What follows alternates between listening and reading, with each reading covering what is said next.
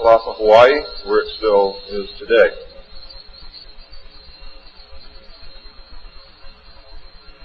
Some of the information is based upon research derived from the information that I saw. For instance, in the documents that I saw, it was stated that President Eisenhower had commissioned a group called the Jason Scholars, which was stated to have been a secret society of scholars, to research the deception, lies, facts, truth, and get at the root and the real truth of the alien question. It also stated that there was a group of 12 men formed by NSC Memo 5410, and that the study group was formed by NSC Memo 5411, and that there was another NSC memo issued to cover the actions of these men and explain the reasons why such prominent men were meeting on a regular basis, and that NSC memo was 5412/1 and 5412/2. 5412/1 was implemented in March of 1955, 5412/2 in November of 1955. Anyone who knows how correspondence, executive orders, and executive memos are written knows that you do not write a memo 5412 in March and then in November tack a second part onto it. The memo was originally really written in 1954. I'm going to go through the whole history. I'm going to have to leave a few things out simply because it's going to be impossible to cover everything in the hour and a half that I have. Before I begin, I would like to read two quotes to you. The first is attributed to Mr. Alistair Cook, who said, quote, "I'll be astounded if this planet is still going 50 years from now. I don't think we will reach 2000. It would be miraculous," unquote. Winston Churchill said, and I quote, "We seem to be moving, drifting, steadily against our will, against the will of every race and every people and every class, towards some hideous catastrophe. Everyone wishes to stop it, but they do not know how." What do you think he was referring to? Ronald Reagan stated on October 18, 1983, in a meeting with Thomas Dine, who is the executive director of the American Israel Public Affairs Committee. And I quote Ronald Reagan, "You know, I turn back to your ancient prophets in the Old Testament and the signs foretelling Armageddon. And I find myself wondering if we're the generation that is going to see that come about. I don't know if you've noted any of those prophecies lately, but believe me, they certainly describe the times we're going through."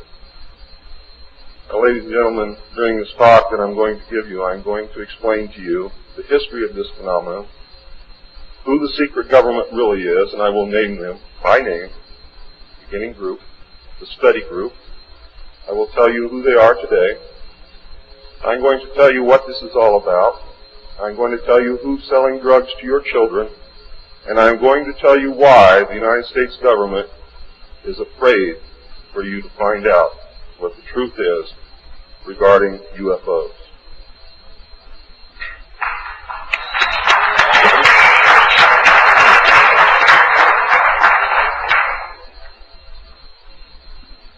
I'm going to skip over the early saucer recoveries, but there are many more than what you would expect. The early saucers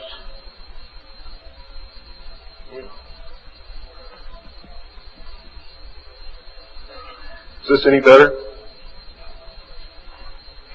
There were many more saucer crashes and downed craft than what you have realized. There were many more alien bodies recovered, and there were more live aliens recovered than what you are aware of. But that's not important. The important thing is that they occurred, not how many and not where. The important thing is that they occurred. And those of you who want to argue over how many and where and how many bodies are wasting the time of everyone else, because that's not important. What's important is that they occurred. And there are two crashes that are so important that the government will go to any lengths to prevent you from finding out. And those are two crashes which occurred near the city of Aztec, New Mexico. Why? Because both of those crashed craft contained human body parts. And they are deathly afraid of a national panic.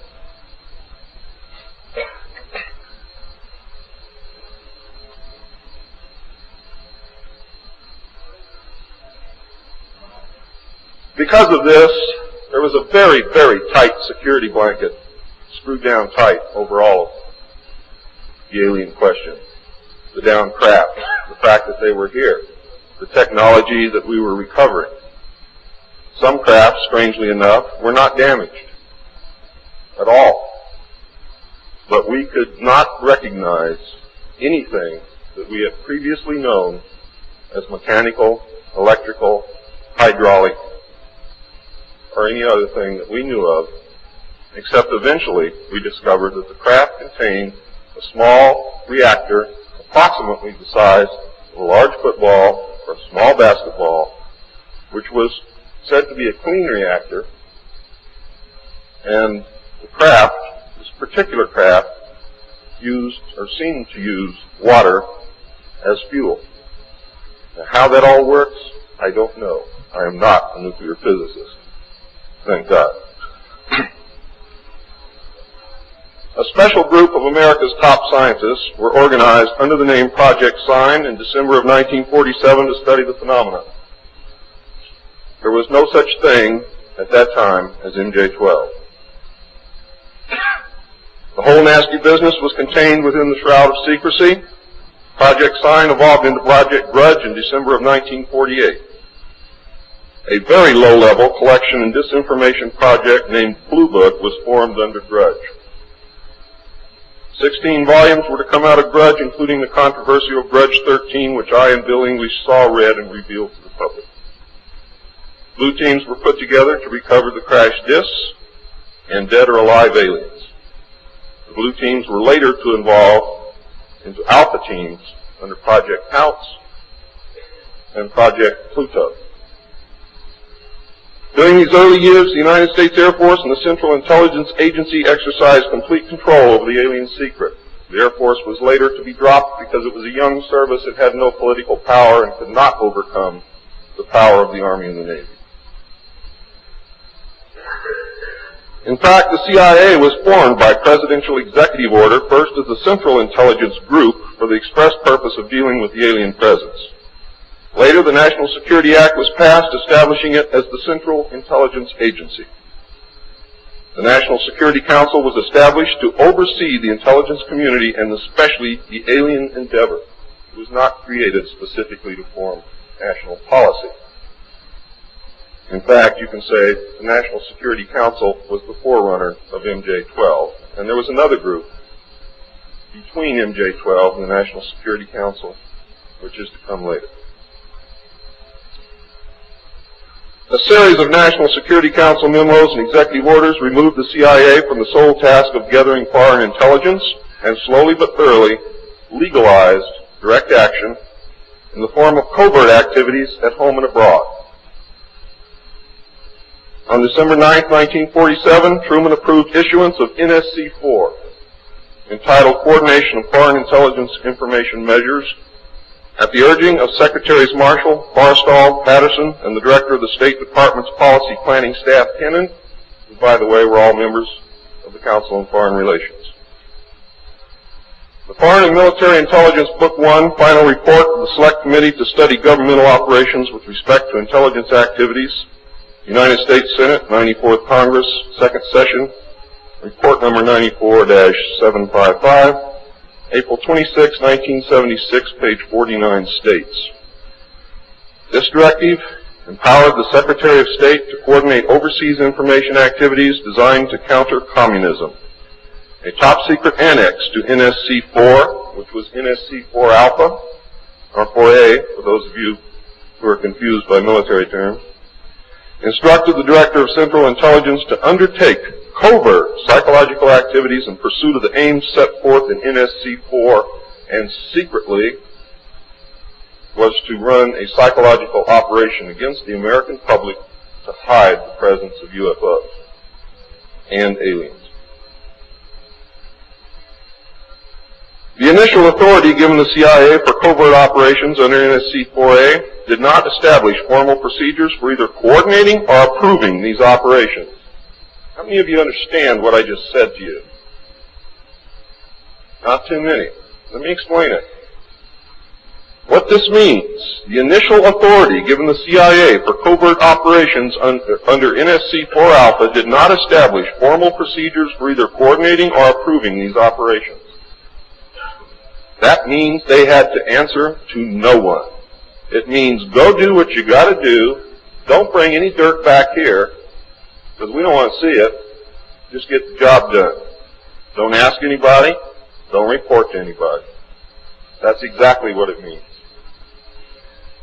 It simply directed the DCI, which is the Director of Central Intelligence, to undertake covert actions and to ensure, through liaison with state and defense, that the resulting operations were consistent with American policy. The only guideline was that it was consistent with American policy. Later, NSC 10-1 and NSC 10-2 were to supersede NSC 4 and NSC 4A, and NSC 10-1 was to establish the Office of Policy Coordination, or the OPC, was chartered to carry out an expanded program of covert activities. It was directly responsible for the alien task projects, and it was the direct forerunner of MJ-12. NSC 10-1 and 10-2 validated illegal and extra-legal practices and procedures as being agreeable to the national security leadership. The reaction, of course, was very swift. In the eyes of the intelligence community, no holes were barred. Under NSC 10-1, an executive coordination group was established to review but not approve covert project proposals. Why? Because if you've ever read or known anything about President Truman, he was a mean little guy, and he didn't believe in trusting everybody else to do the right thing, and he kept the power solidly in his hands. He did not give it to anyone.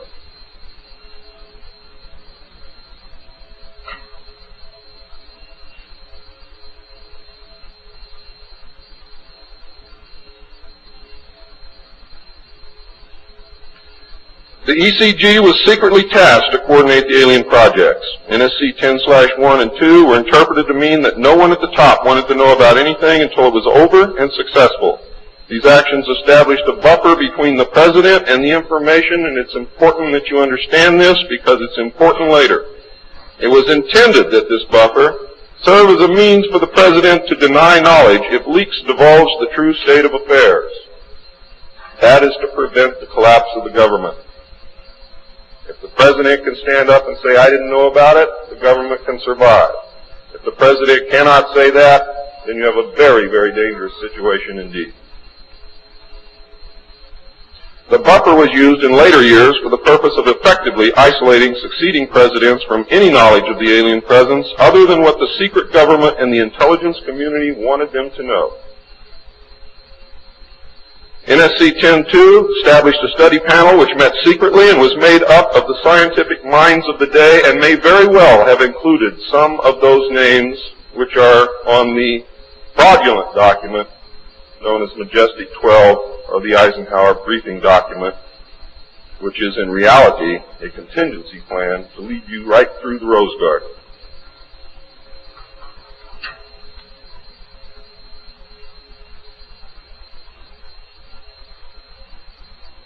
The study panel was not called MJ-12. In fact, the study panel was never called MJ-12.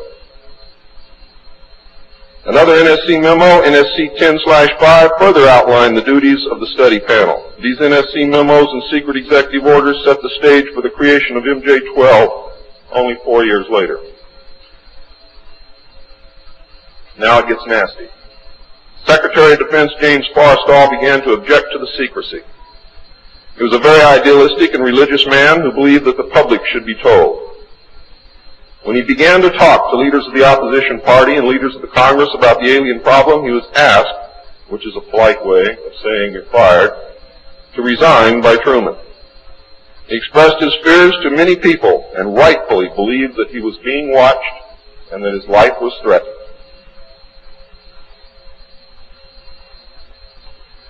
This was interpreted by those who were ignorant of the facts as paranoia, because most people had no knowledge of what was really going on.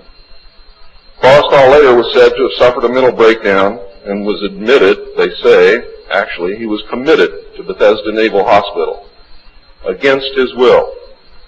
In fact, it was feared that Forrestal would begin to talk again and he had to be isolated, discredited, and shut up. Sometime in the early morning of May 22, 1949, agents of the CIA tied a sheet around his neck, fastened the other end to a fixture in his room, and threw James Forrestal out the window. The sheet tore, and he plummeted to his death, and he became one of the first victims of the cover-up. The live alien that had been taken from the 1949 Roswell crash was called EB. It was short for extraterrestrial biological entity, and all aliens are not called EB. EB had a tendency to lie, and for over a year would give only the desired answers to questions asked. Those questions which would have resulted in an undesirable answer went unanswered. At some point during the second year of captivity, he began to open up, and the information derived from EB was startling, to say the least. And this compilation of his revelations became the foundation of what would later be finished, called the Yellow Book. Photographs were taken of EB, which among others, I and Bill English were to view years later in Grudge 13. Why do they keep the aliens in a Faraday-shielded environment? Because they have a tendency to disappear right through walls. And if you can prevent the transmission of electromagnetic energy, you can stop them from doing it.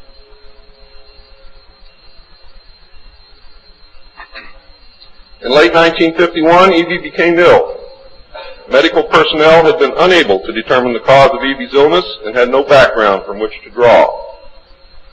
EB's system was chlorophyll-based, and he processed food into energy much the same as plants. Waste material was excreted almost exactly the same as plants. It was decided that an expert in botany was called for. A botanist, Dr. Guillermo Mendoza, was brought in to try and help him recover. Those of you who have been looking for him on medical lists will not find him there. He was a PhD in botany. Dr. Mendoza worked to save EB until mid-1952 when EB died. Dr. Mendoza eventually, according to the information that I read, became the expert on at least this type of alien biology. In a futile attempt to save EB and to try and gain favor with this technological superior alien race, the United States began broadcasting a call for help early in 1952 into the vast regions of space. If you know they're better than you, and if you know they can lick you, you better try and be friends with them, and that's what this effort was all about. The call went unanswered, but the project continued as an effort of good faith. President Truman created the super-secret National Security Agency by secret executive order on November 4th, 1952, and until recent years, there wasn't 1 in 50,000 people in the United States who even knew it existed. Its primary purpose was to decipher the alien communications and language and establish a dialogue with the aliens. This most urgent task was a continuation of the earlier effort and was codenamed Sigma. The secondary purpose of the NSA was to monitor all communications and emissions from any and all devices worldwide for the purpose of gathering intelligence, both human and alien, and to contain the secret of the alien presence. Project Sigma, ladies and gentlemen, was extremely successful. The NSA also maintains communications with the Luna base and other secret space programs. By executive order, the NSA is exempt from all laws which do not specifically name the NSA in the text of the law as being subject to that law. How many of you know what that means? That means we have a completely lawless organization running around the country doing whatever they want to do, answering to no one, and under no law which does not name the National Security Agency in the text of that law as specifically being subject to that law by executive order of the President of the United States. That means that if the agency is not spelled out in the text of any and every law passed by the Congress, it is not subject to that or those laws. The NSA now performs many other duties and in fact is the premier agency within the intelligence community. Today the NSA receives 75% of the monies allotted to the intelligence community. And the old sayings, ladies and gentlemen, where the money goes, therein the power resides, is absolutely true.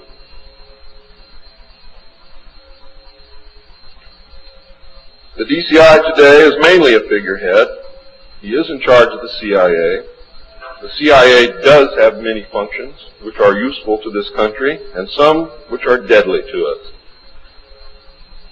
The DCI, of course, is in charge of that agency. But he is not, as everyone thinks, the head of the intelligence community.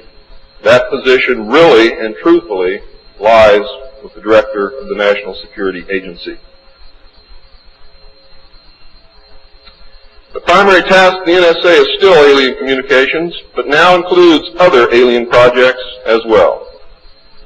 President Truman had been keeping our allies, including the Soviet Union, informed of the developing alien problem since the Roswell recovery.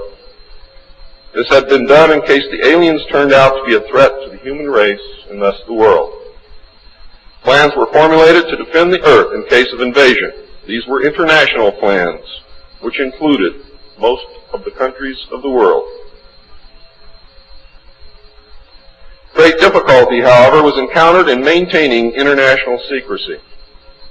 It was decided that an outside group was necessary to coordinate and control international efforts in order to hide the secret from the normal scrutiny of governments by the press. The result was the formation of a secret society which became known as the Bilderbergers. The headquarters of this group is in Geneva, Switzerland. The Bilderbergers evolved into a secret world government that now controls everything. The United Nations was then, and is now, an international joke.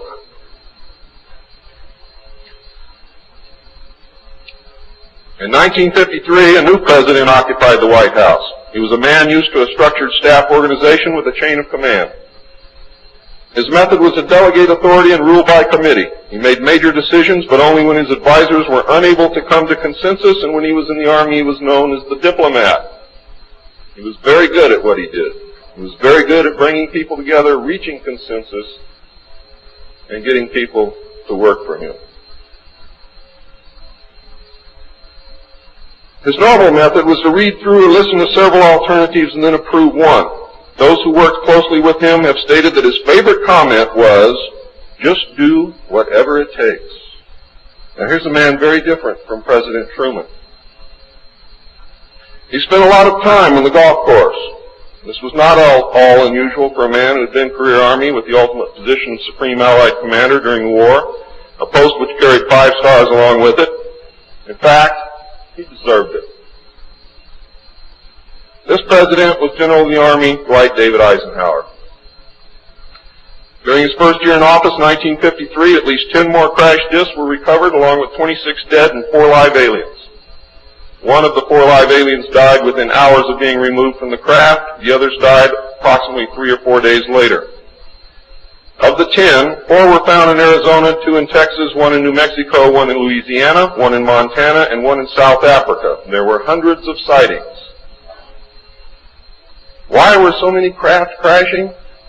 Because the government was scared. And when they found out that the radar was downing the craft, they started aiming the radar at the craft with lock-on radar and pumped the juice through.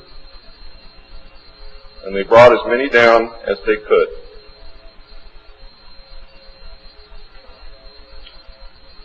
Eisenhower knew that he had to wrestle and defeat the alien problem. He knew that he could not do it by revealing the secret to the Congress, because, in fact, isn't that the same as telling the public? Early in 1953, the new president turned to his friend and fellow member of the Council on Foreign Relations, Nelson Rockefeller, for help with the alien problem.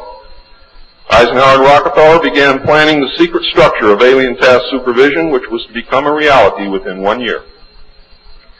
The idea for MJ-12 was thus born.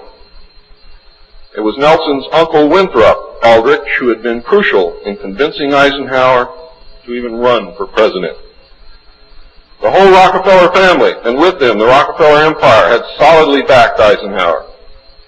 Asking Rockefeller for help with the alien problem was to be the biggest mistake Eisenhower ever made for the future of the United States and most probably all of humanity, as you will soon see. What he literally did with this act, ladies and gentlemen, is abdicate the presidency to a secret group. Within 1 week of Eisenhower's election, he appointed Nelson Rockefeller chairman of a presidential advisory committee on government organization. Rockefeller was responsible for planning the reorganization of the government. New Deal programs went into one single cabinet position called the Department of Health, Education, and Welfare. When the Congress approved the new cabinet position in April of 1953, Nelson was named to the post of Undersecretary to Ovida Culp Hobby. In 1953, also, astronomers discovered large objects in space which were moving toward the Earth, and it was first believed that they were asteroids. Now, if you know much about astronomy, you know that you can predict or project backward orbital paths of bodies in space and determine where they come from, what they're doing, where they're going, and what their orbital path really is. Well, this failed to pan out, and the evidence proved that the objects could only be spaceships intelligently guided. Project Sigma intercepted alien communications, and when the objects reached the Earth, they took up a very high orbit around the equator. There were several huge ships, and their actual intent was unknown. Project Sigma and a new Project Plato, through radio communications using the computer binary language, which the aliens understand very well, they're very mathematical minded, was able to arrange a landing that eventually resulted in face-to-face contact with alien beings from another planet. Project Plato was tasked with establishing diplomatic relations with this race of space aliens. But in the meantime, something else happened. In the meantime, a race of human-looking aliens contacted the United States government. Where this happened, I do not know. I wish that I did. This alien group warned us against the aliens that were orbiting the equator and offered to help us with our spiritual development. They demanded that we dismantle and destroy our nuclear weapons as the major condition. They refused to exchange technology, citing that we were spiritually unable to handle the technology which we then possessed, and has not that been true throughout our history? They believed that we would use any new technology to destroy each other, as we always have. This race stated that we were on a path of self-destruction, and we must stop killing each other, stop polluting the earth, stop raping the earth's natural resources, and learn to live in harmony with each other and with nature. These terms were met with extreme suspicion, especially the major condition of nuclear armament, disarmament, and I have to say that I could not blame them in the face of so many uncertainties and so many alien surprises staring them directly in the face. It was believed that meeting that condition would leave us helpless in the face of an obvious alien threat. We also had nothing in history to help with the decision. Nuclear disarmament was not considered to be within the best interest of the United States, and the overtures were rejected. Later in 1954, the race of large-nosed gray aliens which had been orbiting the Earth landed at Holloman Air Force Base. It happened in 1954, ladies and gentlemen. If you take everything that Bob Ebenegger has ever said and subtract 10 years from it, you will be right on the money. A basic agreement was reached. An alien named Krill was left as a pledge that they would return and formalize the agreement. In fact, he was a hostage. This race identified themselves as originating from a planet around a red star in the constellation of Orion, which we call Betelgeuse. I believe that that's a lie. They lie a lot, and they deceive a lot, and it is evident through every action that they've ever done with us. The truth is, ladies and gentlemen, these creatures might be from Mars, really. They claim that they are from a planet which revolves around the red star, which we call Betelgeuse. They stated that their planet was dying and that at some unknown future time they would no longer be able to survive there. This led to a second landing at Edwards Air Force Base. The historical event had been planned in advance and details of the treaty had already been agreed upon. Eisenhower arranged to be in Palm Springs on vacation. On the appointed day, the president was spirited away to the base, and the excuse was given to the press that he was visiting the dentist for a toothache. President Eisenhower met with the aliens, and a formal treaty between the alien nation and the United States of America was signed. We then received our first alien ambassador from outer space. His name and title, and I know it sounds ridiculous, but it's absolutely true. His name and title was His Omnipotent Highness Krill, pronounced Krill, spelled K-R-L-L-L or C-R-L-L-L. In the American tradition of disdain for royal titles, he was secretly called Original Hostage Krill, or O-H Krill, so that Americans would not have to say, Your Omnipotent Highness.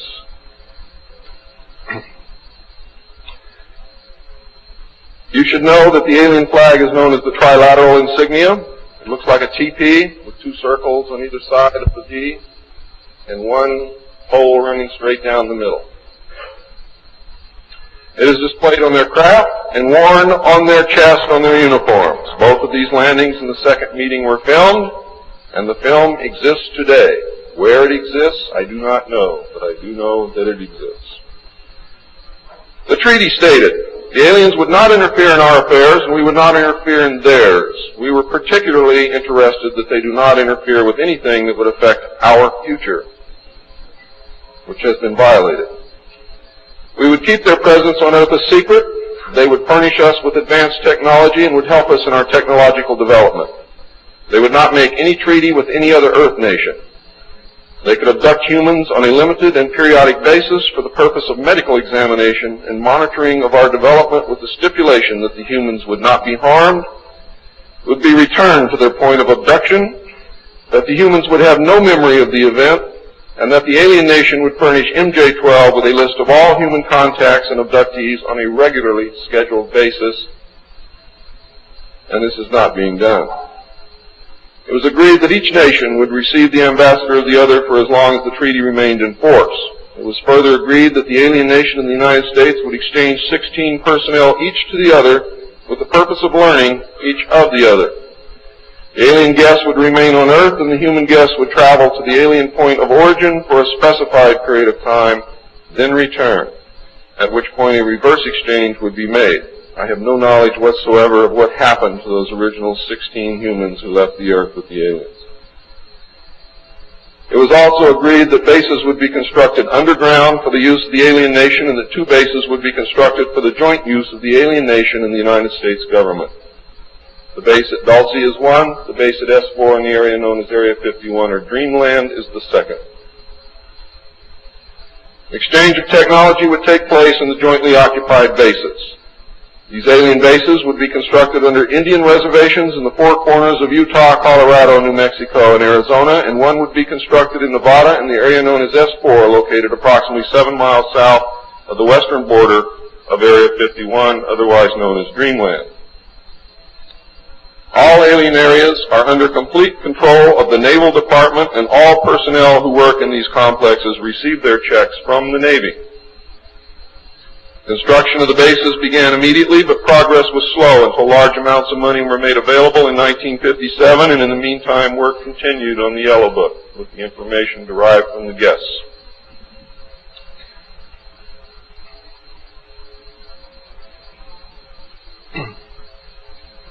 I would like to say at this time that the movie that most of you may have seen, how many of you saw Close Encounters of the Third Kind? That movie was absolutely true. Those events did take place. Not exactly as you saw them. not in the place where you saw them take place, but there was a landing, there was an agreement, there was conversation, there was an exchange of personnel made. I would like to say now also that J. Allen Hynek was the technical director on that movie, and he was also the co-author of Grudge 13, which I read between the years 1970 and 1973, along with another man named Lieutenant Colonel Friend. As you learned last night, it's the real nice guys that get you. Right, Phil?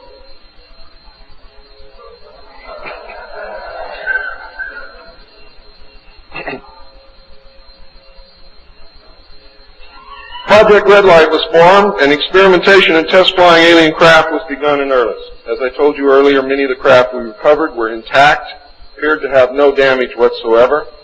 One craft actually exploded over the test site during testing sometime in the early 60s.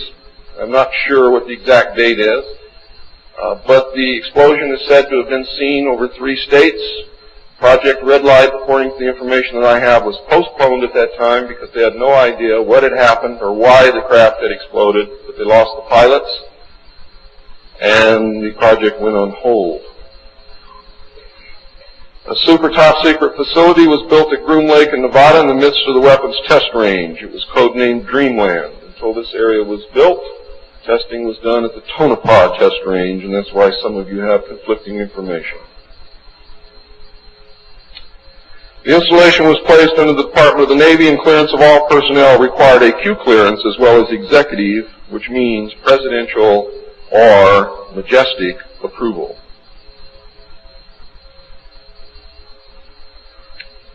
This is ironic due to the fact that the President of the United States does not have clearance to visit the site.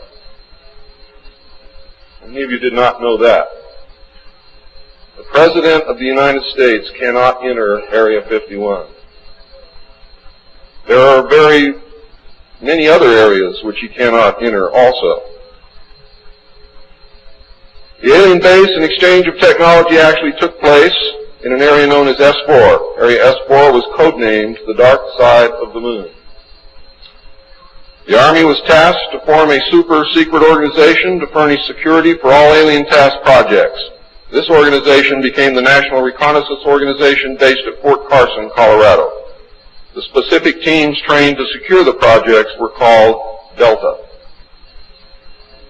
A second project, codenamed Snowbird, was promulgated to explain away any sightings of the red light craft as being Air Force experiments.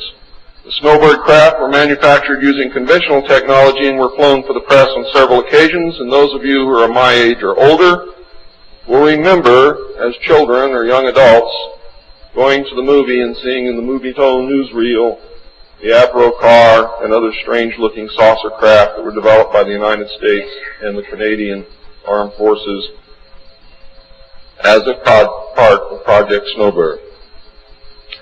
Project Snowbird was also used to debunk legitimate public sightings of alien craft, also called UFOs. Project Snowbird was very successful, and reports from the public declined steadily until recent years. But not just due to Project Snowbird. There was an intense ridicule, denial, and debunking campaign going on since the beginning. People stopped reporting what they saw. A multi-million-dollar secret fund was organized and kept by the military office of the White House. This fund was used to build over 75 deep underground facilities. Presidents who asked were told the fund was used to build deep underground shelters for the president in case of war. Only a few were built for the president.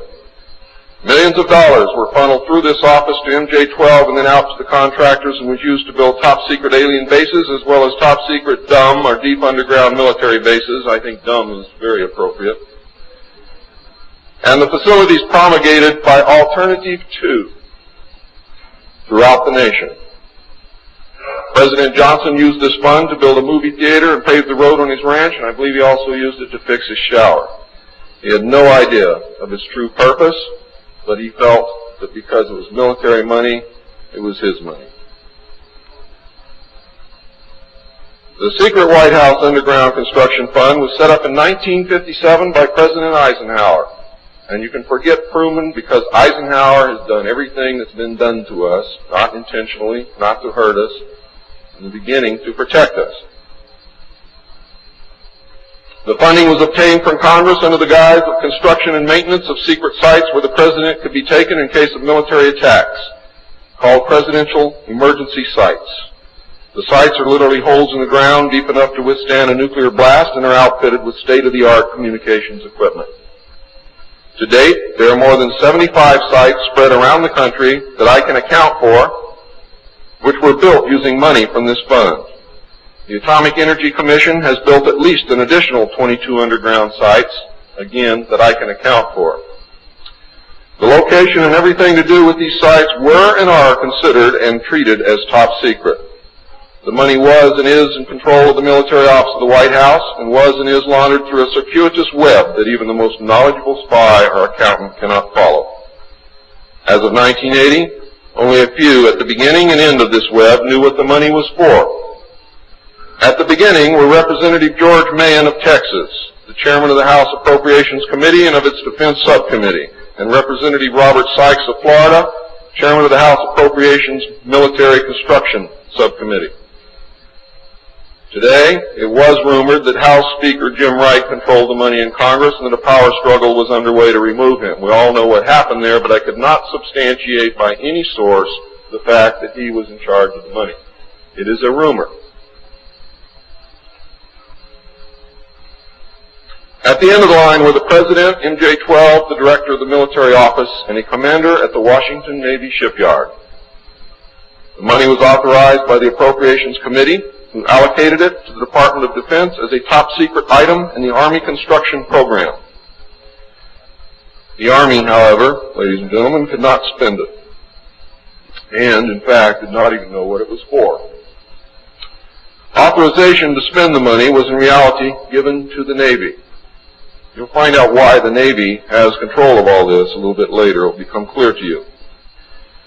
The money was channeled to the Chesapeake Division of the Navy Engineers, who did not know what it was for either.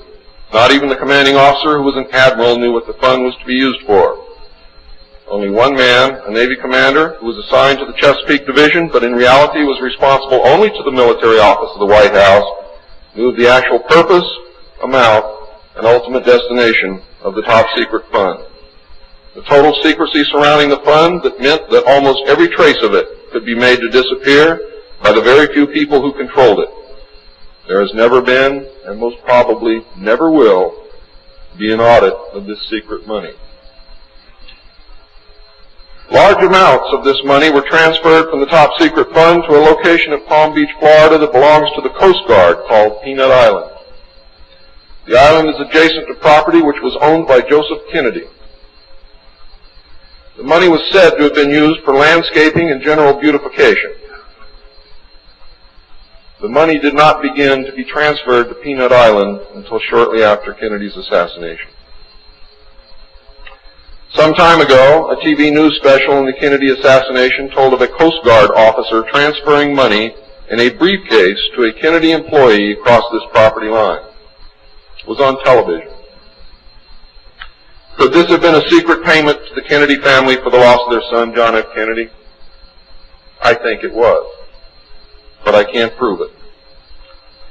The payments continued through the year 1967 and then stopped. The total amount transferred is unknown and the actual use of the money is unknown. Meanwhile, back at the ranch, Nelson Rockefeller changed positions again. He had been in sort of a holding position until the time was right, and now the time was right. This time he was to take C.D. Jackson's old position, which had been called the Special Assistant for Psychological Strategy. With Nelson's appointment, the name was changed to the Special Assistant for Cold War Strategy.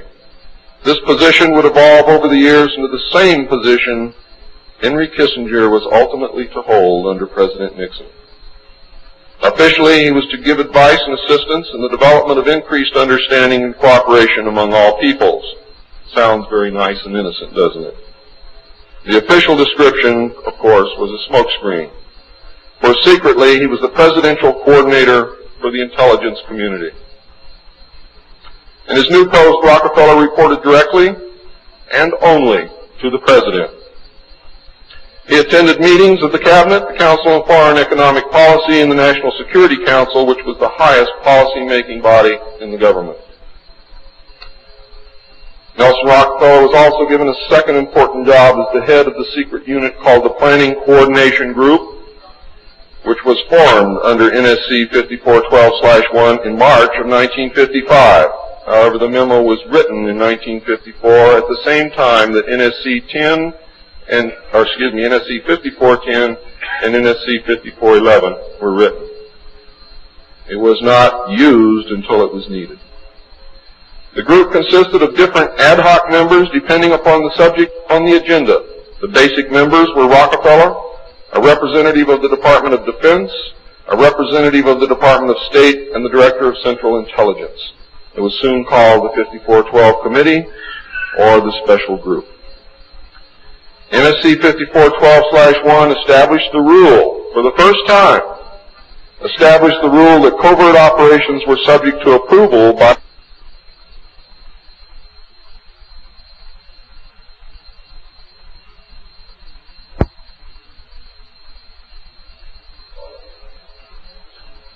secret executive memorandum, NSC 5410. Eisenhower had preceded NSC 5412/1 in 1954 to establish a permanent committee, not ad hoc, to be known as Majority 12, MJ12,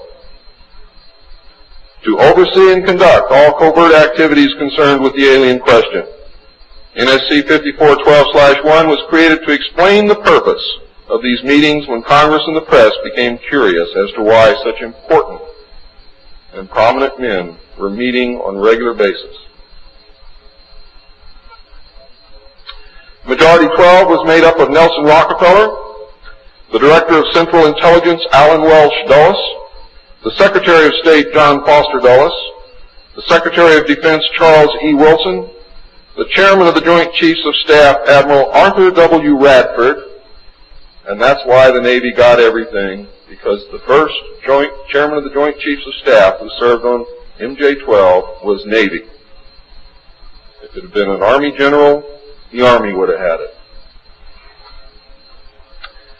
The Director of the Federal Bureau of Investigation, J. Edgar Hoover, and that should answer a lot of questions for you, and 6 men from the Executive Committee of the Council on Foreign Relations known as the Wise Men. These men were all members of a secret society of scholars that called themselves the Jason Society. See you smiling, Bill. Thought I didn't know it, didn't you? Fool you. The Jason scholars who recruited their members from the Skull and Bones and the Scroll and Key societies of Harvard and Yale. And that was stated verbatim in Operation Majority. The Wise Men were key members of the Council on Foreign Relations. There were 12 members, including the first 6 from government positions, thus Majority 12. This group was made up over the years of the top officers and directors of the Council on Foreign Relations and later the Trilateral Commission. Gordon Dean, George Bush, and Zbigniew Brzezinski were among them. The most important, however, and influential of the Wise Men who served on MJ-12 were John McCloy, Robert Lovett, Averell Harriman, Charles Bolin, George Kennan, and Dean Acheson. Their policies would last well into the decade of the 70s, and it is significant that President Eisenhower, as well as the first 6 MJ-12 members from the government, were also members of the Council on Foreign Relations. Thorough researchers will soon discover that not all of the Wise Men attended Harvard or Yale, and not all of them were chosen for Skull and Bones or Scroll and Key membership during their college years. You'll be able to quickly clear up this mystery by obtaining the book The Wise Men by Walter Isaacson and Evan Thomas, Simon & Schuster, New York. And under illustration number 9 in the center of the book, you will find the caption, "Lovett with the Yale unit, above far right and on the beach. His initiation into Skull and Bones came at an airbase near Dunkirk." I have found that members were chosen on an ongoing basis by invitation based upon merit, post-college, and was not confined to only Harvard or Yale attendees. It also had something to do with how much money your family had, unless you were a military officer. A chosen few were later initiated into the Jason Society. They are all members of the Council on Foreign Relations, and at that time were known as the Eastern Establishment. This should give you a clue to the far-reaching and serious nature of these most secret college societies. The Jason Society is alive and well today, but now includes members of the Trilateral Commission as well. The Trilateralists existed secretly several years before 1973 because I saw the name of the Trilateral Commission in the documents in 1971. The name of the Trilateral Commission was taken from the alien flag known as the Trilateral Insignia. And that should give you some clue as to how much trouble you're in. Majority 12 was to survive right up to the present day. Under Eisenhower and Kennedy, it was erroneously called the 5412 Committee, or more correctly, the Special Group. In the Johnson administration, it became the 303 Committee, named after the room that they met in at the White House when they met at the White House. Because the name 5412 had been compromised in the book The Secret Government. Actually, it was not compromised. It was intentionally leaked to explain the purpose of the meeting of these men, so that no one would go looking for NSC 5410 and NSC 5411. And I wish you all luck. I hope that you're able to dig it out.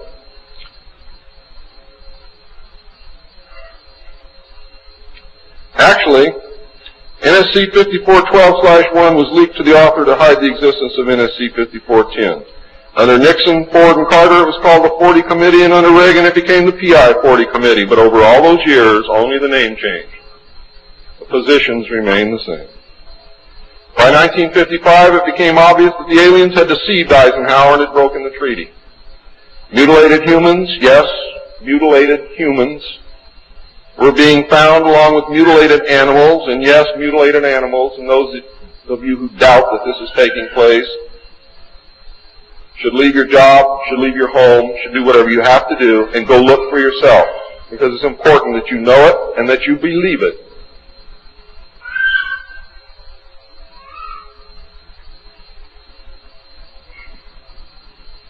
These things were being found all across the United States. It was suspected that the aliens were not submitting a complete list of human contacts and abductees to MJ-12, and it was suspected that not all abductees had been returned, and this has been verified. The Soviet Union was suspected of interacting with them, and this proved also to be true. It was learned that the aliens had been and were then manipulating masses of people through secret societies, witchcraft, magic, the occult, and religion. After several Air Force combat air engagements with alien craft, it also became apparent that our weapons were no match against theirs. In November of 1955, NSC 5412/2 was issued, establishing a study committee to explore all factors which are involved in the making and implementing of foreign policy in the nuclear age. This, again, was only a blanket of snow that covered the real subject of study, which was the alien question. For, in fact, 5412/2 had, as I told you earlier, been written in 1954, when NSC 5410 and 5411 was written, and 5411, by secret executive memorandum, in 1954, the study group was commissioned to examine all the facts, evidence, lies, and deception and discover the truth of the alien question. NSC 54/2 was only a cover that had become necessary when the press began inquiring as to the purpose of regular meetings of such important men. When the press asked Gordon Dean, somewhere near the end of 1954, why they were meeting and what they were studying, Gordon Dean says, "As of yet, we have no direction, but we're working on it." It then became necessary to find a direction and find a reason for these meetings, and that's exactly what they did.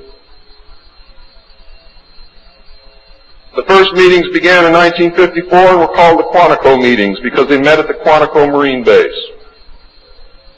See, one thing I knew, ladies and gentlemen, I know who they are. I know what they were called. All I had to do was find out who belong to those names, and it's impossible to hold meetings of 36 prominent men secret over such a long period of time. The study actually lasted 3 years, not forever. It was a 3-year study, period. A study group was made up of 35 members of the Council on Foreign Relations secret scholars known as the Jason Society or the Jason Scholars. Dr. Edward Teller was invited to participate. Dr. Zbigniew Brzezinski was the study director for the first 18 months. Dr. Henry Kissinger was chosen as the group study director for the second 18 months, beginning in November of 1955. Nelson Rockefeller was a frequent visitor during the study. I'm going to read you the study group members now. For those of you who know who these people are, you're going to be amazed. Those of you who do not, I advise that you purchase a copy of my text, which will be on sale the minute that I finish my last word.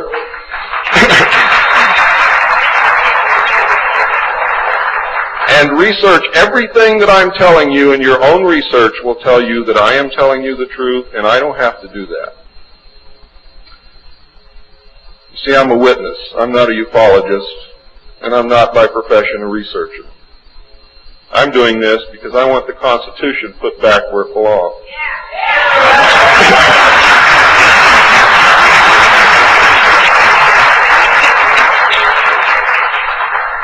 The study group members were Gordon Dean, chairman, one of the most powerful men in the United States at that time. Dr. Zbigniew Brzezinski, study director for the first phase. Dr. Henry Kissinger, study director for the second phase. Dr. Edward Teller represented the scientific community. Major General Richard C. Lindsay, Hanson W. Baldwin, Lloyd V. Berkner, Frank C. Nash, Paul H. Nitze, Charles P. Noyes, Frank Pace Jr., James A. Perkins, Don K. Price, David Rockefeller, Oscar M. Rubhausen, Lieutenant General James M. Gavin, Carl P. Haskins, James T. Hill Jr., Joseph E. Johnson, Mervyn J. Kelly, Frank Altschul, Hamilton Fish Armstrong, Major General James McCormick Jr., Robert R. Bowie, McGeorge Bundy, William A. M. Burden, John C. Campbell, Thomas K. Findletter, George S. Franklin Jr., I. Rabbi, Roswell L. Gilpatrick, N. E. Hallaby, General Walter Bedell Smith, called Beadle, Henry DeWolf Smythe, Shields Warren, Carol L. Wilson, and Arnold Wolfers. Now, these aren't bad guys. They were a study group. And the first MJ-12 was not made up of bad guys. They were made up of concerned Americans. What happened later became bad. The yanking of power away from the president, the formation of a secret government, the sale of drugs to the American people, etc., etc., etc. And I'm going to cover most of those things before I'm finished. It's about time.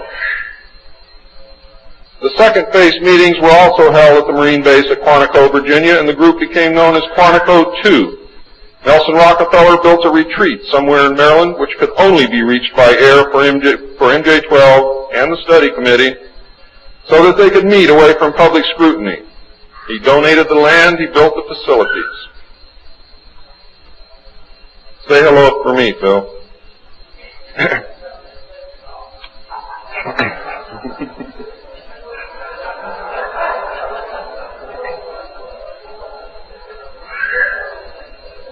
So that they could meet away from public scrutiny. The secret meeting place is known by the code name, the Country Club. Complete living, eating, recreation, library, and meeting facilities exist at the location. The study group was publicly closed in the later months of 1956, and Henry Kissinger published what was officially termed the results in 1957 as Nuclear Weapons and Foreign Policy by Henry A. Kissinger, published for the Council on Foreign Relations by Harper & Brothers, New York. In truth, the manuscript had already been 80% written while Kissinger was at Harvard. The study group continued veiled in secrecy. A clue to the seriousness Kissinger attached to the study can be found in statements by his wife and friends. Many of them stated that Henry would leave home early each morning and return late each night without speaking to anyone or responding to anyone. It seemed, in fact, as if he were in another world which held no room for anyone else. Now, when they say that he would not speak to anyone or respond to anyone, they meant it literally. I find these statements very revealing. The revelations of the alien presence and actions during the study must have been a great shock. I know I would have been shocked. Henry Kissinger was definitely out of character during the time surrounding these meetings, as he is normally described as being a gentleman, very charming, and most people who meet him like him very much. Henry Kissinger would never again be affected in this manner, no matter the seriousness of any subsequent event. On many occasions, he would work very late into the night after having already put in a full day. Coupled with his not speaking, this behavior eventually led to his divorce. A major finding of the alien study was that the public could not be told, as it was believed that this would most certainly lead to economic collapse, collapse of the religious structure, and national panic, which would lead into anarchy.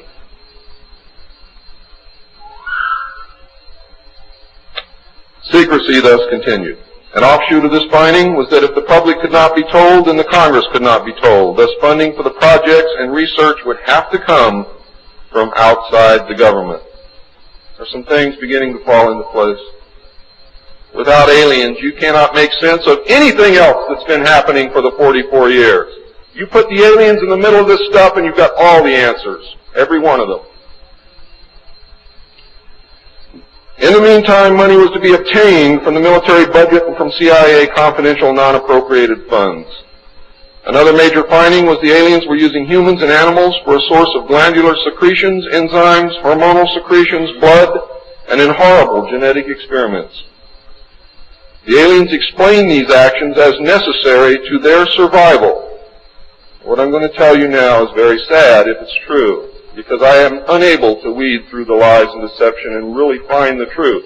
All I know is what they told us. They stated that their genetic structure had deteriorated and that they were no longer able to reproduce. They stated that if they were unable to improve their genetic structure, their race would soon cease to exist. We looked upon their explanations with extreme suspicion. Since our weapons were literally useless against the aliens, MJ-12 decided to continue friendly diplomatic relations with them until such time as we were able to develop a technology which would then enable us to challenge them on a military basis. Overtures would have to be made to the Soviet Union and other nations to join forces for the survival of humanity. In the meantime, plans were developed to research and construct two weapon systems using conventional and nuclear technology, which would hopefully bring us to parity. The results of the research were projects Joshua and Excalibur. Joshua was a weapon captured from the Germans, which at that time was capable of shattering 4-inch thick armor plate at a range of 2 miles using low-frequency aimed sound waves. And it was believed that this weapon would be effective against the alien craft and beam weapons. Excalibur was a weapon carried by missiles not to exceed 30,000 feet above ground level, not to deviate from designated target more than 50 meters, that would penetrate 1,000 meters of tufa hard-packed soil such as that found in New Mexico, would carry a 1 megaton warhead, and was intended for use in destroying the aliens in their underground bases. Joshua was developed successfully but never used to my knowledge. Excalibur was not pushed until recent years, and now there is an unprecedented effort to develop this weapon. The people who are working on these weapons tell us that they have never been pushed so hard in their history working on any project than they are being pushed to develop Project Excalibur. What I'm going to read you next may upset some of you, but it's absolutely true. The events at Fatima in the early part of the century were scrutinized. On suspicion that it was alien manipulation, an intelligence operation was put into motion to penetrate the secrecy surrounding the event. The United States utilized its Vatican moles that had been recruited and nurtured during World War II and soon obtained the entire Vatican study, which included the prophecy. And I don't care what you've ever read before, you have not read the true prophecy. This prophecy stated that if man did not turn from evil and place himself at the feet of Christ, the planet would self-destruct and the events described in the book of Revelations would indeed come to pass. It stated that a child would be born who would unite the world with a plan for world peace and a false religion beginning in 1992. By 1995, the people would discern that he was evil and was indeed the Antichrist. World War III would begin in the Middle East in 1995 with an invasion of Israel by a united Arab nation using conventional weapons, which would culminate in a nuclear holocaust in the year 1999. Between 1999 and 2003, most of the life on this planet would suffer horribly and die as a result. The return of Christ would occur in the year 2011. Is this true? I don't know. I know that it was decided by the United States government that this was indeed an alien event, and I believe that this is more deception which is being heaped upon us. So don't go out of here thinking that the world is going to end tomorrow because of this. It might because of something else, and I'm going to talk about that, but not because of this.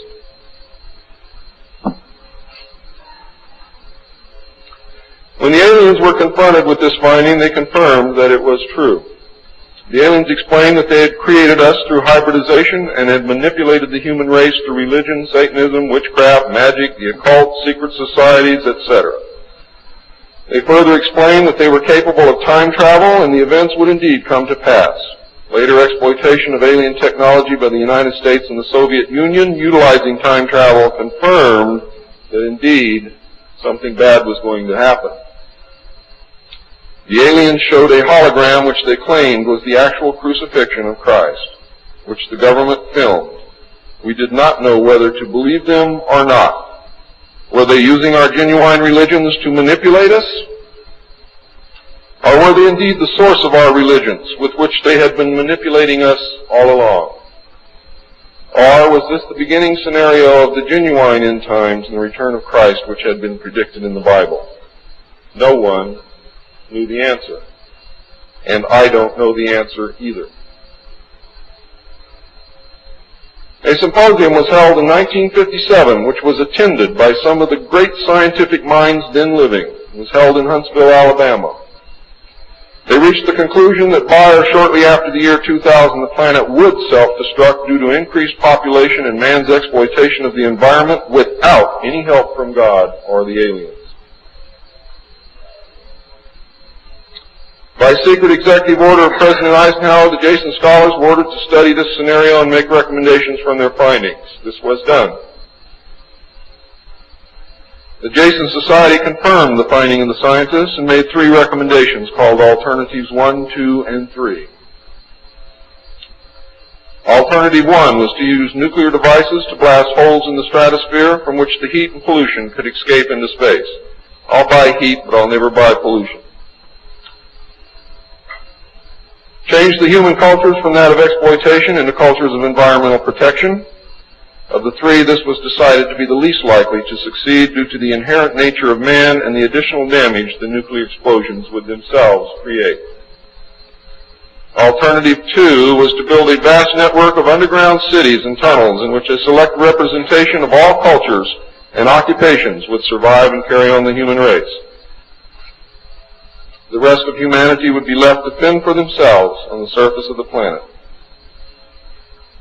Alternative 3 was to exploit the alien and conventional technology in order for a select few to leave the earth and establish colonies in outer space.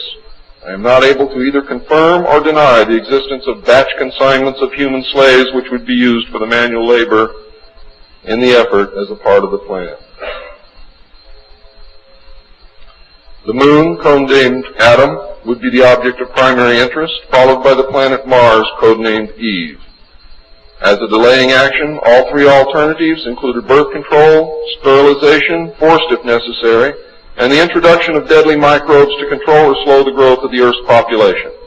AIDS is only one result of these plans.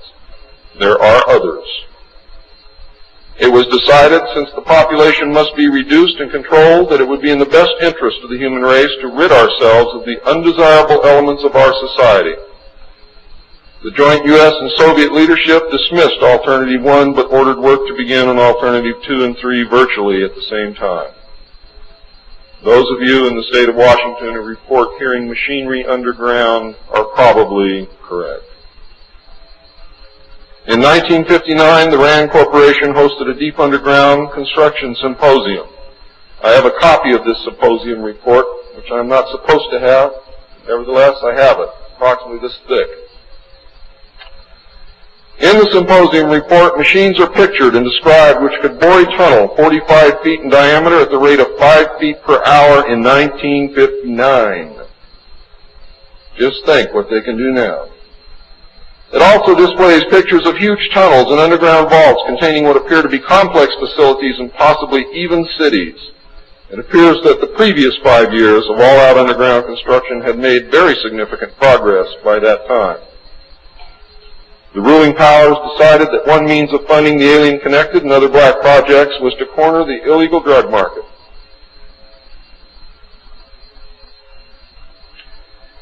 A young, ambitious member of the Council on Foreign Relations was approached. His name is George Bush, who at the time was the president and CEO of Zapata Oil based in Texas. Zapata Oil was experimenting with the new technology of offshore drilling. It was correctly thought that the drugs could be shipped from South America to the offshore platforms by fishing boat, where it would then be taken ashore by the normal transportation used for supplies and personnel. By this method, no customs or law enforcement agency would subject the cargo to search. George Bush agreed to help and organize the operation in conjunction with the CIA. The plan worked better than anyone had thought and has since expanded worldwide, and there are now many other methods of bringing the illegal drugs into the country. But it must always be remembered that George Bush began the sale of drugs to our children. Now, if you think I'm crazy, get off your butt and start digging, because you will find out that it's absolutely true. The CIA now controls all the world's illegal drug markets. The official space program was boosted by President Kennedy in his inaugural address when he mandated that the United States put a man on the moon before the end of the decade. Although innocent in its conception, this mandate enabled those in charge to funnel vast amounts of money into black projects and conceal the real space program from the American people. A similar program in the Soviet Union served the same purpose. In fact, a joint alien United States and Soviet Union base already existed on the moon at the very moment Kennedy spoke the words. On May 22, 1962, a space probe landed on Mars and confirmed the existence of an environment which could support life. Not long afterward, the construction of a colony on the planet Mars began in earnest. Today, there is a colony which exists on the planet Mars. It is a United States-Russian alien facility.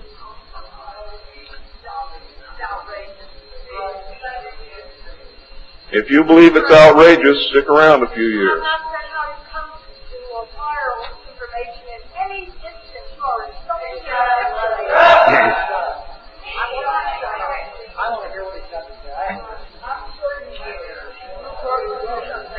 This is very disturbing information, and I don't expect anyone to believe it.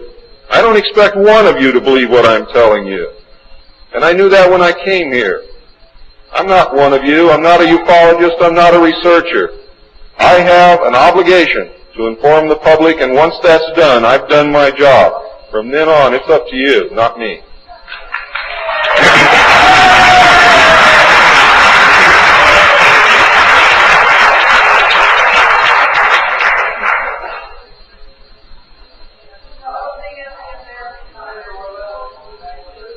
This colony exists on Mars, populated by specially select people from different cultures and occupations taken from all over the earth.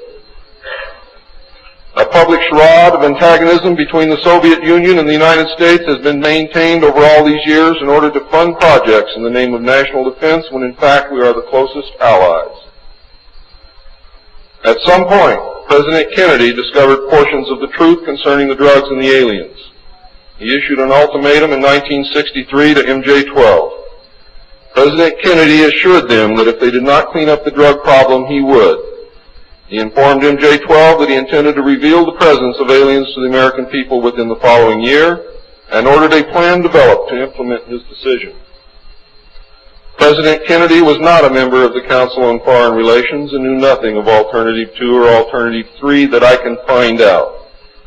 Internationally, the operations were supervised by an executive committee known as the Policy Committee. In the United States, they were supervised by MJ-12 and in the Soviet Union by a sister organization. President Kennedy's decision, of course, struck fear into these people. His assassination was ordered by the Policy Committee, and the order was carried out by agents of MJ-12 in Dallas. President John F. Kennedy was murdered by the Secret Service agent who drove his car in the motorcade, and the act is plainly visible in the film. It was stated in the documents that I saw. The assassin's name is William Greer. Watch the driver and not Kennedy when you view the film, when you can find a film that even shows it. All of the witnesses who were close enough to the car to see William Greer shoot Kennedy were themselves all murdered within 2 years of the event. That's fact. The Warren Commission was a farce, and Council on Foreign Relations members made up the majority of its panel. They succeeded in snowing the American people, and they hid the truth. And many other patriots who have attempted to reveal the alien secret have also been murdered throughout the intervening years.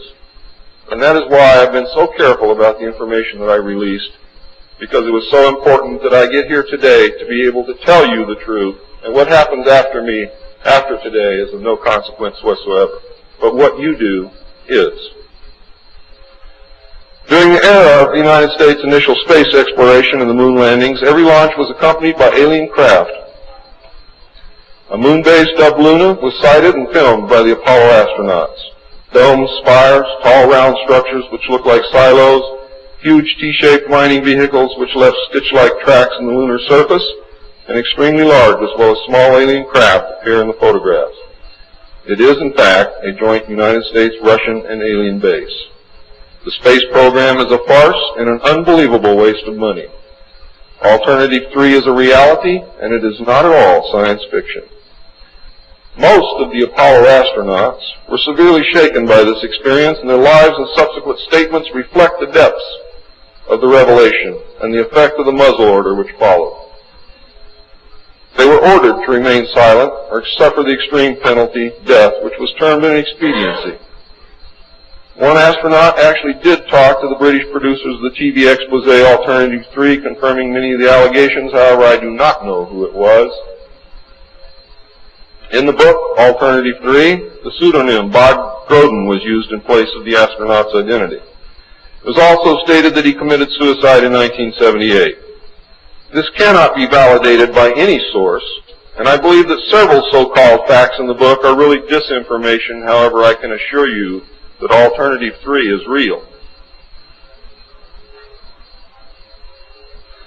I firmly believe that this disinformation is a result of pressure put upon the authors and is meant to nullify the effect upon the populace of the British TV expose entitled Alternative 3.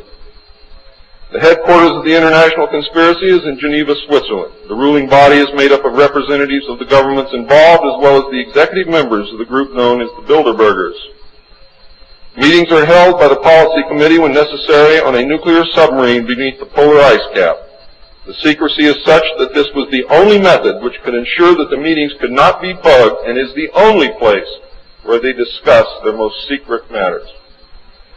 I can say that the book is at least 70% true from my own knowledge and the knowledge of my sources. I believe that the disinformation was an attempt to compromise the British TV expose with information which could be proven false, just as the Eisenhower briefing document was released here in the United States under the contingency plan Majestic 12, and which can also be proven false. Since our interaction with the aliens began, we have come into possession of technology beyond our wildest dreams. A craft named Aurora exists at Area 51, which makes regular trips into space. It is a one-stage ship called a TAV, or Trans-Atmospheric Vehicle. And it can take off from the ground using a 7-mile runway, go into high orbit, return on its own power, and land on the same runway. We currently have and fly atomic-powered alien craft at Area S4 in Nevada. Our pilots have made interplanetary voyages in these craft and have been to the Moon, Mars, and other planets aboard these craft. There's a group of pilots at the base who wear a patch, which has a little alien peeking over the bottom. It has, I think, 3 or 4 letters at the top, and I forget what they are, but John Lear knows what they are. There is a picture of Saturn and a picture of Mars in the photograph, and in the background there are 7 stars which are strangely shaped just like the stars in the Pleiades group. What that means, I don't know. We have been lied to about the true nature of the Moon, the planets Mars and Venus, and the real state of technology that we possess today at this very moment. There are areas of the Moon where plant life grows and even changes color with the seasons. And this seasonal effect is because the Moon does not, as claimed, always present the exact same side to the Earth or the Sun. There is an area that wobbles in and out of darkness on a seasonal basis, and it is near this area that the plant life grows. The Moon does have a few man-made lakes and ponds upon its surface, and clouds have been observed and filmed in its atmosphere. How many of you remember the period of time, several years, when almost every reported alien craft that was reported landed was on or near water and appeared to be pumping water into the craft? How many of you remember that? Quite a few. The water went to the Moon, ladies and gentlemen, to change the Moon. And it is working.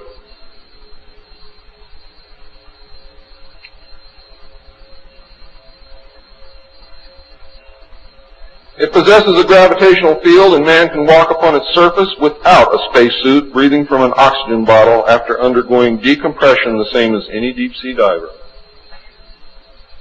Ladies and gentlemen, if you can come from 1,200 feet underwater to the surface through decompression, you can go from the surface to 1 atmosphere of vacuum.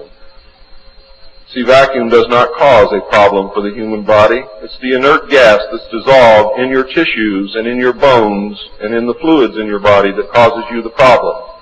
If this is decompressed properly, you will have no problem.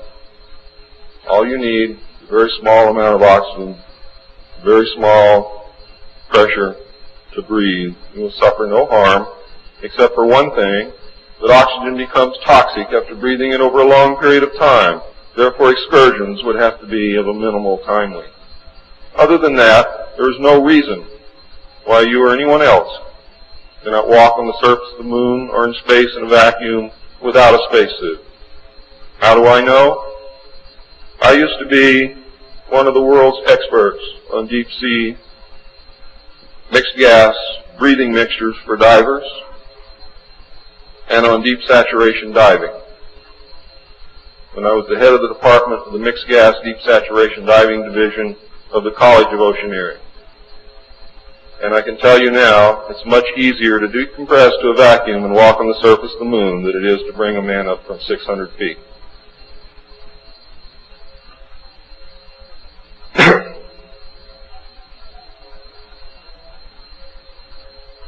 I have seen the photographs, and some of them were actually published in a book called We Discovered Alien Bases on the Moon by Fred Steckling. However, all the photographs are not there, but there are some very good ones. I would advise you to buy the book. I would advise you to look at the photographs, get the NASA number, and send for them. I doubt that you can still get them, but at one time you could. In 1969, a confrontation broke out between the human scientists and the aliens at the Dulce Underground Lab. The aliens took many of our scientists hostage. Delta forces were sent in to free them, but were no match against the alien weapons. 66 of our people were killed during this action. As a result, we withdrew from all joint projects for at least 2 years. A reconciliation eventually took place, and once again we began to interact.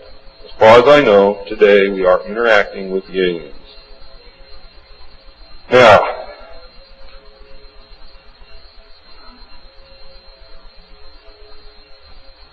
I'm gone past my limit.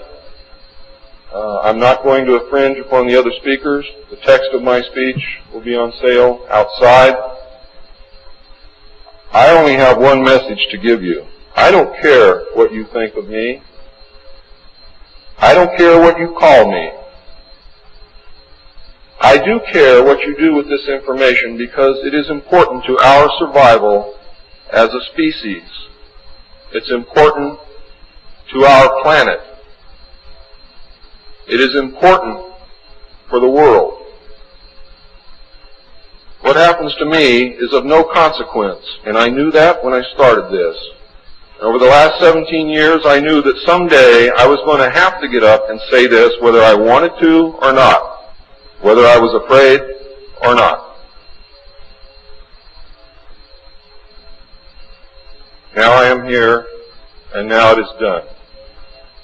And I feel an overwhelming relief. You now have the information. You can laugh at it. You can throw it in the trash can. You can burn my house down if you want to. But I am telling you right now, your future, your children's future, your grandchildren's future depends upon what you do with this information. Your own government is selling your children drugs, and you don't seem to care. Your own government has given away the power of the people, and you don't seem to care. There is an apathy that is running rampant in this country that is deadly, whether or not there are aliens.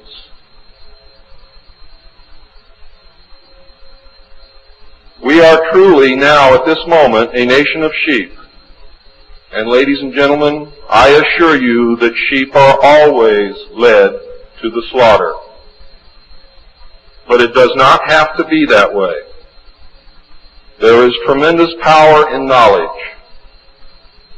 There is also tremendous power in secrecy. Take away that secrecy, you make sure that you're informed, and you can change things and stop fighting with each other. Thank you.